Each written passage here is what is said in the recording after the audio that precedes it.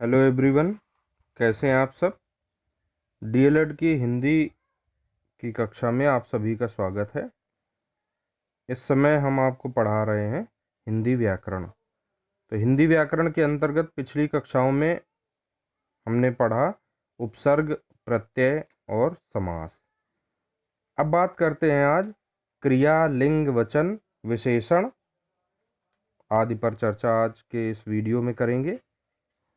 Question देना था, लेकिन अब ये पूरा चैप्टर संपन्न हो जाए उसके बाद हम आपको बहुविकल्पी टाइप के क्वेश्चन देंगे, जिनके उत्तर आप ABCD इस तरह से लिख के भी दे सकते हैं। तो चलिए शुरू करते हैं आज की क्लास और पढ़ते हैं सबसे पहले क्रिया। क्रिया किसे कहते हैं, क्रिया क्या है। क्रिया की परिभाषा देख लीजिए। पहले क्रिया का अर्थ देखते हैं। देखिए, क्रिया का अर्थ क्या होता है। क्रिया का अर्थ होता है कार्य। क्रिया की परिभाषा क्या होती है। जिस शब्द अथवा शब्द समूह से किसी कार्य का करना या होना पाया जाता है उसे क्रिया कहते हैं।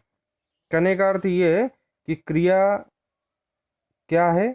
क्रिया वह है जिस वाक्य द्वारा हमें ये पता हो चलता है कि इसमें कुछ कार्य हुआ है, किसी कार्य का ज्ञान होता है, बोध होता है, वह क्रिया कहलाती है। दूसरी परिभाषा है, वाक्य में जिस शब्द से किसी कार्य के करने या होने की जानकारी हो उसे क्रिया कहते हैं।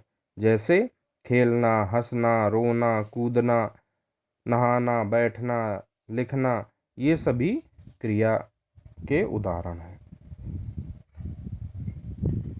अब बात करते हैं क्रिया के भेद। तो इसमें जो आपके सिलेबस में है, इसमें क्रिया के भेद के दो आधार दिए गए हैं। एक कर्म के आधार पर क्रिया के भेद और दूसरा है रचना या प्रयोग के आधार पर क्रिया का भेद। किंतु प्रामाणिक पुस्तकों में क्रिया के भेद के 3 आधार दिए गए हैं। एक अन्य आधार है काल के आधार पर क्रिया के भेद। अतः हम व्यापक रूप से क्रिया को पढ़ने के लिए क्रिया के तीनों आधारों को ही समेकित करते हुए चलेंगे। तो क्रिया के भेद के 3 आधार हैं। कौन कौन से हैं। कर्म के आधार पर, रचना या प्रयोग के आधार पर, और तीसरा है काल के आधार पर क्रिया के भेद। तो सबसे पहले देखते हैं कर्म के आधार पर क्रिया के भेद। कर्म के आधार पर क्रिया के निम्नलिखित भेद हैं। नंबर 1, सकर्मक क्रिया। जिस क्रिया के लिए कर्म की आवश्यकता होती है उसे सकर्मक क्रिया कहते हैं। जैसा कि इसके नाम में ही स्पष्ट हो रहा, सकर्मक, कर्म सहित, अर्थात जिस क्रिया के लिए कर्म की आवश्यकता होती है वह सकर्मक क्रिया कहलाती है। ऐसी क्रियाओं का प्रभाव कार्य पर पड़ता है। जैसे मंजरी किताब पढ़ती है।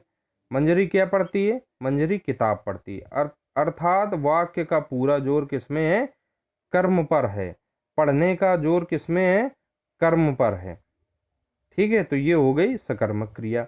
अब सकर्मक क्रिया के भेद। सकर्मक क्रिया के 2 भेद होते हैं, एक कर्मक क्रिया और द्विकर्मक क्रिया। एक कर्मक क्रिया को देख लेते हैं।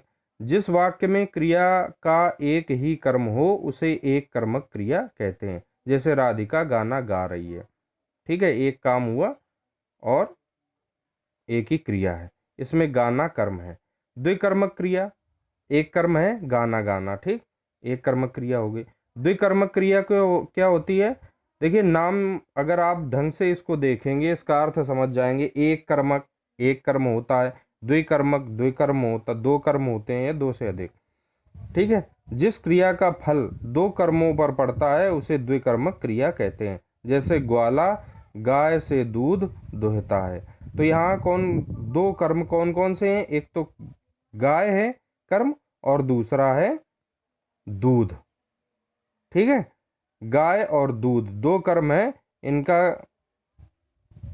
इनका फल किस में पड़ रहा है, दुहने में पड़ रहा है। क्रिया क्या है, दुहना, और कर्म क्या है, एक गाय और दूसरा है दूध। तो ये हो गई सकर्मक क्रिया और सकर्मक क्रिया के भेद। अब बात करते हैं अकर्मक क्रिया। जिन क्रियाओं के साथ कर्म की अपेक्षा ना हो उसे अकर्मक क्रिया कहते हैं। नरेश हंसता है, मिथिला रोती है। यहाँ हंसना रोना अकर्मक क्रिया है, क्योंकि इस वाक्य में कर्म की कोई आवश्यकता नहीं है। सीता खाती है, सीता खाती है, ये भी अकर्मक क्रिया। अगर आ जाता सीता खाना खाती है तो हो जाता आपका सकर्मक क्रिया। ठीक है, ये कुछ उदाहरण भी दिए हुए हैं, ये भी आपको देख लेना है। दूसरा प्रभेद का आधार है, क्रिया के भेद का दूसरा आधार है रचना या प्रयोग के आधार पर क्रिया के भेद। तो रचना या प्रयोग के आधार पर क्रिया के भेद कौन कौन से हैं? एक तो है इसका सामान्य क्रिया या जिसे मूल क्रिया कहते हैं। जहां वाक्य में केवल एक क्रिया का अकेले प्रयोग हो वहां सामान्य क्रिया या मूल क्रिया होता है। जैसे मीरा बहुत रोई, इसमें क्रिया के साथ कोई अन्य पद नहीं जुड़ा हुआ है। ठीक है, सामान्य या मूल क्रिया क्या है? जहां वाक्य में केवल एक क्रिया का अकेले प्रयोग हो। मीरा रोई, वह हंसा, तो अन्य क्रिया के साथ में कोई अन्य पद जुड़ा ही नहीं है, तो क्या हो गया? वहां सामान्य या मूल क्रिया होती है। अब बात करते हैं रचना के आधार पर दूसरा भेद। तो दूसरा भेद है संयुक्त क्रिया। जिस क्रिया में मुख्य क्रिया के साथ अन्य पद भी प्रयुक्त हों, जैसे वह किताब पढ़ चुका, वहां पर संयुक्त क्रिया होती है। संयुक्त क्रिया को और अच्छे ढंग से समझने के लिए हम देखते हैं, देखिए सामान्य क्रिया को और अच्छे ढंग से समझने के लिए देखिए, भाषा में जो क्रिया रूढ़ शब्द के रूप में प्रचलित है, वह आया, राम गया, सीता हंसी, वह मुस्कुराई, इस प्रकार के जो रूढ़ शब्द प्रचलित हैं क्रिया के रूप में, वह सामान्य क्रिया या मूल क्रिया कहलाती है। ठीक है, दूसरा है संयुक्त क्रिया। तो संयुक्त क्रिया में इसमें जिस क्रिया में मुख्य क्रिया के साथ अन्य पद भी प्रयुक्त हों, वह संयुक्त क्रिया होती है। और अच्छे ढंग से समझने के लिए संयुक्त क्रिया की दूसरी परिभाषा है, जो क्रिया पद दो या दो से अधिक धातुओं के मेल से बनता है,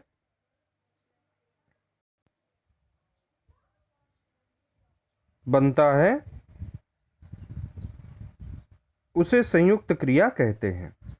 संयुक्त क्रिया क्या है? जब जो क्रियापद, कोई क्रियापद दो या दो से अधिक धातुओं से मिलकर बने, वहां संयुक्त क्रिया होती है। जैसे नरेश ने निबंध लिख लिया, वह किताब पढ़ चुका। एक तो चुका है, दूसरा पढ़ना, दो पद हैं। क्रिया का जो पद है वो दो पदों से मिलकर बना हुआ, एक तो पढ़ना और दूसरा चुका। ऐसे ही नरेश ने निबंध लिख लिया, उसने खाना खा लिया। तो इसमें एक तो जो ईटिंग है, खाना खाना, और बाद में खा लिया। ऐसे ही किताब पढ़ चुका, पढ़ और चुका। नरेश ने निबंध लिख लिया, तो लिखना भी है और लिया भी, ये दो पदों से मिलकर के बनी हुई क्रिया है, इसलिए यहाँ संयुक्त क्रिया होगी। अब बात करते हैं प्रेरणार्थक क्रिया। जब कर्ता स्वयं कार्य न करके दूसरे को कार्य करने के लिए प्रेरित करता है, तो उस क्रिया को प्रेरणार्थक क्रिया कहते हैं। जब कर्ता स्वयं कार्य न करके किसी दूसरे को कार्य करने के लिए प्रेरित करता है, तो वहां प्रेरणार्थक क्रिया होती है। जैसे पिताजी ने गरिमा से पत्र लिखवाया, पिताजी ने गरिमा से पत्र लिखवाया, पिताजी ने नहीं लिखा। ऐसा आपको लग रहा होगा कि अब अगर आपसे पूछा जाए कर्ता कौन है, तो आप तुरंत कहेंगे पिताजी, पहले लिखा हुआ पिताजी है इसलिए। जबकि पिताजी क्या है? पिताजी ने गरिमा से पत्र लिखवाया, काम करने वाला मुख्य कौन है? गरिमा है। लेकिन यहाँ पर इसलिए प्रेरणार्थक क्रिया हो रही है चूंकि मुख्य जो कर्ता है वह स्वयं कार्य न करके गरिमा को प्रेरित कर रहा है पत्र लिखने के लिए, इसलिए यहाँ पर प्रेरणार्थक क्रिया होगी। प्रेरणार्थक क्रिया के दो रूप होते हैं, प्रत्यक्ष प्रेरणार्थक क्रिया और अप्रत्यक्ष प्रेरणार्थक क्रिया। प्रत्यक्ष प्रेरणार्थक क्रिया वह क्रिया होती है जिसमें कर्ता स्वयं प्रत्यक्ष रूप से उपस्थित होकर के प्रेरणा देता है। अप्रत्यक्ष प्रेरणार्थक क्रिया क्या होती है? जिसमें कर्ता अप्रत्यक्ष रूप से प्रेरणा देता है। जैसे आपको होमवर्क दिया जाता है, तो होमवर्क करना आपका रूटीन है। मैम डेली नहीं आपसे कहती हैं होमवर्क करिए, सर आपसे डेली नहीं कहते हैं होमवर्क करिए, वो आपको वर्क मिला है, आप करेंगे। तो ये हो गई आपकी अप्रत्यक्ष प्रेरणार्थक क्रिया। अब बात करते हैं नाम धातु क्रियाएं। संज्ञा सर्वनाम विशेषण से बनने वाली क्रियाओं को नाम धातु क्रियाएं कहते हैं। संज्ञा और सर्वनाम विशेषण से बनने वाली क्रियाओं को नाम धातु कहते हैं। जैसे संज्ञा है हाथ, तो इससे बनी क्रिया हथियाना। सर्वनाम अपना होता है ना, कल बताया था, और सर्वनाम अपना होता है, इससे बनी क्रिया अपनापन। विशेषण गर्म होता है, इससे क्रिया बनी गरमाना। ठीक है। अब अगला है पूर्वकालिक क्रिया। मुख्य क्रिया से पहले आने वाली क्रिया को पूर्णकालिक क्रिया कहते हैं। जैसे वह हाथ मुंह धोकर खाने बैठ गई, तो पहला काम क्या हुआ है? धोने का काम। पहली क्रिया कौन सी है? धोना काम हुआ, धोने की क्रिया है, धोने का काम हुआ है। फिर क्या है? खाने बैठ गई, बैठने का काम हुआ है। तो यहाँ पर पूर्वकालिक क्रिया कौन सी हुई? धोना हुई पूर्वकालिक क्रिया। ठीक है। तो ये था आपका क्रिया वाला चैप्टर। अब ये आपका संपन्न होता है। तीसरा अच्छा भी रह गया। तीसरा जो प्रभेद दिया हुआ है, काल के आधार पर क्रिया के भेद। तो काल के आधार पर क्रिया के 3 भेद हैं। भूतकालिक क्रियाएं, वर्तमानकालिक क्रियाएं और भविष्यकालिक क्रियाएं। भूतकालिक क्रियाएं देख लीजिए। भूतकालिक क्रियाएं क्रिया के जिस रूप से बीते हुए समय में कोई कार्य पूरा होने का बोध हो, भूतकालिक क्रियाएं कहलाती हैं। जैसे गौतम कल आया, रेलगाड़ी चली गई, ये भूतकालिक क्रियाएं कहलाती हैं। दूसरा है वर्तमानकालिक क्रियाएं। क्रिया के जिस रूप से वर्तमान काल में क्रिया का होना प्रकट हो, वर्तमानकालिक क्रियाएं कहलाती हैं। जैसे गीता मधुर गाती है, अखिल तेज दौड़ता है। ठीक है। भविष्यकालिक क्रियाएं कौन सी हैं? तो क्रिया के जिस रूप से यह ज्ञात हो कि कार्य भविष्य में होगा। जैसे ममता कल अलवर जाएगी, निखिल फूल लाएगा, ये आपकी भविष्यकालिक क्रियाएं हो गई। तो बच्चों समझ में आया क्रिया क्या है? क्रिया जिस शब्द समूह द्वारा हमें किसी कार्य का करना या होना पाया जाता है, उसे क्रिया कहते हैं। क्रिया के भेद के आधार कितने हैं? 3 आधार हैं। काल के आधार पर भूतकालिक, वर्तमानकालिक और भविष्यकालिक क्रियाएं होती हैं। कर्म के आधार पर अकर्मक और सकर्मक क्रियाएं होती हैं। सकर्मक क्रिया के फिर 2 भेद हैं, एक कर्मक क्रिया, द्विकर्मक क्रिया।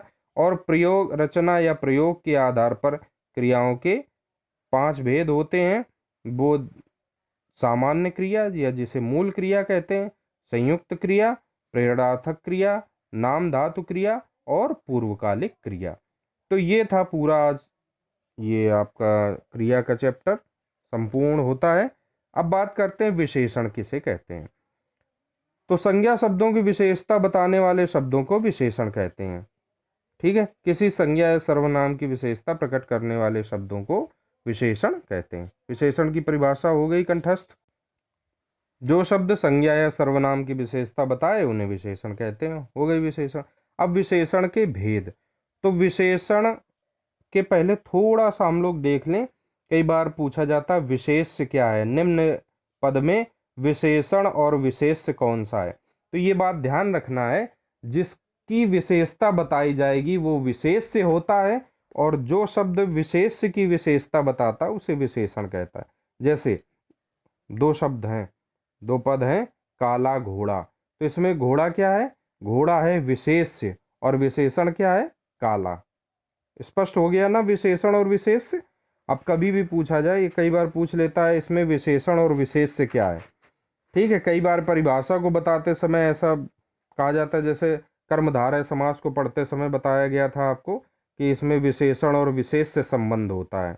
ऐसे ही पूछ लेगा कि विशेष्य क्या होता है। तो ये बात आपको ध्यान रखनी है, जिसकी विशेषता बताई जाए वो विशेष्य होता है, और जिस शब्द द्वारा जो विशेषता बताने वाला शब्द होता है उसे विशेषण कहते हैं। बात हो रही थी विशेषण के भेद। तो विशेषण के 4 प्रमुख भेद हैं।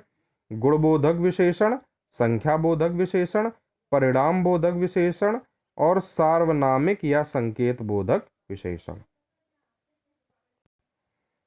संज्ञा या सर्वनाम शब्दों के गुण या दोष का बोध कराने वाले शब्द ही गुणवाचक विशेषण कहलाते हैं। जैसे अच्छा, बुरा, दुष्ट, सीधा, दयालु, कठोर, आकार सूचक लंबा, चौड़ा, ऊंचा, नीचा, लाल, पीला, गीला, सूखा, दुबला, पतला आदि ये सब गुणवाचक विशेषण कहलाते हैं। ठीक है। दूसरा है संख्याबोधक विशेषण। संख्याबोधक विशेषण की परिभाषा की, संख्याबोधक या संख्यावाचक विशेषण जो विशेषण किसी संज्ञा की संख्या या क्रम का बोध करवाए उसे संख्यावाचक विशेषण कहते हैं। 5 धाम, 100 रुपये, 10वां भाग, 8वां भाग, 5 लीटर 40 छात्र, 42 बच्चे, ये सब संख्यावाचक विशेषण कहलाते हैं। ठीक। अगला है परिणाम बोधक विशेषण। तो परिणाम बोधक विशेषण क्या होता है? सॉरी, यहाँ परिणाम नहीं, परिमाण होना चाहिए। आप लोग भी इसमें करेक्शन कर लें। परिमाण बोधक, परिणाम बिल्कुल भी मत लिखें, गलत है। परिमाण बोधक विशेषण होगा यहाँ पे। मैं बार बार कह रहा हूँ, परिमाण बोधक विशेषण। जिस शब्द से माप या तौल का बोध होता है उसे परिमाण बोधक विशेषण कहते हैं। अर्थात जिन विशेषण शब्दों से संज्ञा तथा सर्वनाम शब्दों के माप तौल की विशेषता का ज्ञान होता है उन्हें परिमाणवाचक विशेषण कहते हैं। जैसे 3 मीटर कपड़ा, 4 किलो चीनी, 5 लीटर दूध, 1 किलोमीटर, बहुत लोग, थोड़ा कपड़ा, कम आदमी आदि ये सब क्या है? परिमाण बोधक विशेषण के उदाहरण हैं। अब परिमाण बोधक विशेषण के भेद। तो परिमाण बोधक विशेषण के 2 भेद हैं। देखिए इसमें नहीं दिया हुआ है लेकिन फिर भी आप लोग नॉलेज के लिए ये लिख लीजिए अपने नोट्स में और उन्हें कंठस्थ भी करिए। परिमाणवाचक विशेषण के 2 भेद हैं, निश्चित परिमाणवाचक और अनिश्चित परिमाणवाचक। देख लीजिए, निश्चित परिमाणवाचक विशेषण क्या होता है? जिन विशेषणों से किसी पदार्थ की निश्चित नाप तौल का बोध होता है उसे निश्चित परिमाणवाचक विशेषण कहते हैं। 4 किलो, 10 ग्राम, 5 किलो ये निश्चित परिमाणवाचक विशेषण के उदाहरण हैं। अनिश्चित परिमाणवाचक विशेषण कौन होते हैं? जिन विशेषणों से किसी पदार्थ के नाप तौल या माप का निश्चित बोध न होता हो उसको अनिश्चित परिमाणवाचक सर्वनाम कहते हैं। जैसे थोड़ा सा, ढेरों, कुछ, बहुत सी आदि ये अनिश्चित परिमाणवाचक विशेषण के उदाहरण हैं। ठीक है। तो ये आपके यहाँ तक हो गए। इसके बाद अब अंतिम विशेषण का जो प्रकार है वह है सार्वजनिक या संकेत बोधक विशेषण। तो संकेत बोधक विशेषण की परिभाषा देख लीजिए। वे सर्वनाम जो किसी संज्ञा की ओर संकेत करते हैं संकेतवाचक विशेषण या सार्वनामिक विशेषण कहते हैं। जैसे वह लड़की, ठीक, वह लड़की बड़ी चालाक है, ये गाय किसकी है। इसमें जो परिभाषा दी है, ऐसे सर्वनाम शब्द जो संज्ञा से पूर्व आकर उसकी विशेषता बताते हैं। जैसे यह मेरा घर, तो यह शब्द में सार्वजनिक या संकेत बोधक विशेषण है। वह लड़का, तो वह शब्द विशेषता बताता है, लेकिन कौन सा विशेषण हुआ? सार्वजनिक या संकेत बोधक विशेषण होगा। तो ये हमने देखा। यहाँ यह वह सर्वनाम घर की विशेषता बता रहा, वह सर्वनाम तो बात हो गई, हमने बता दिया। तो जैसे वह लड़की बड़ी चालाक है, ये गाय किसकी है, इसमें कौन से विशेषण होगा? इसमें संकेतवाचक विशेषण वह और ये, वह और ये दोनों विशेषण शब्द होंगे। विशेषण विशेष शब्द बता ही दिया। एक चीज और आती है, कई बार पूछ लेते हैं, प्रविशेषण किसे कहते हैं। तो देखिए, ऐसे शब्द जो विशेषण की भी विशेषता बताते हैं प्रविशेषण कहलाते हैं। जैसे यह कुर्सी बहुत अच्छी है, यह बहुत अच्छी कुर्सी है, वह तेज दौड़ता है। ठीक है, वह बहुत तेज दौड़ता है, तेज हो गया विशेषण और बहुत हो गया प्रविशेषण। तो प्रविशेषण और विशेषण समझने में कहीं कोई दिक्कत नहीं हुई होगी, ऐसा हमारा अनुमान है। अब बात करते हैं वचन। वचन किसे कहते हैं? तो दोस्तों, इस वीडियो में आपने पढ़ा क्रिया और विशेषण। क्रिया और विशेषण, विशेषण के प्रकार, क्रिया के प्रकार। अगले पार्ट 2 जो वीडियो डाला जाएगा उसमें हम आपको बताएंगे वचन, लिंग और काल। इन तीन चीज़ों को पढ़ाएंगे। इन्हीं 3 चीज़ों को पढ़ने के साथ ही आपका ये वाला चैप्टर संपन्न हो जाएगा। तो जुड़े रहिए, ये वीडियो देखिए। अगला वीडियो आपको थोड़ी देर में फिर हम भेजते हैं। बहुत बहुत धन्यवाद।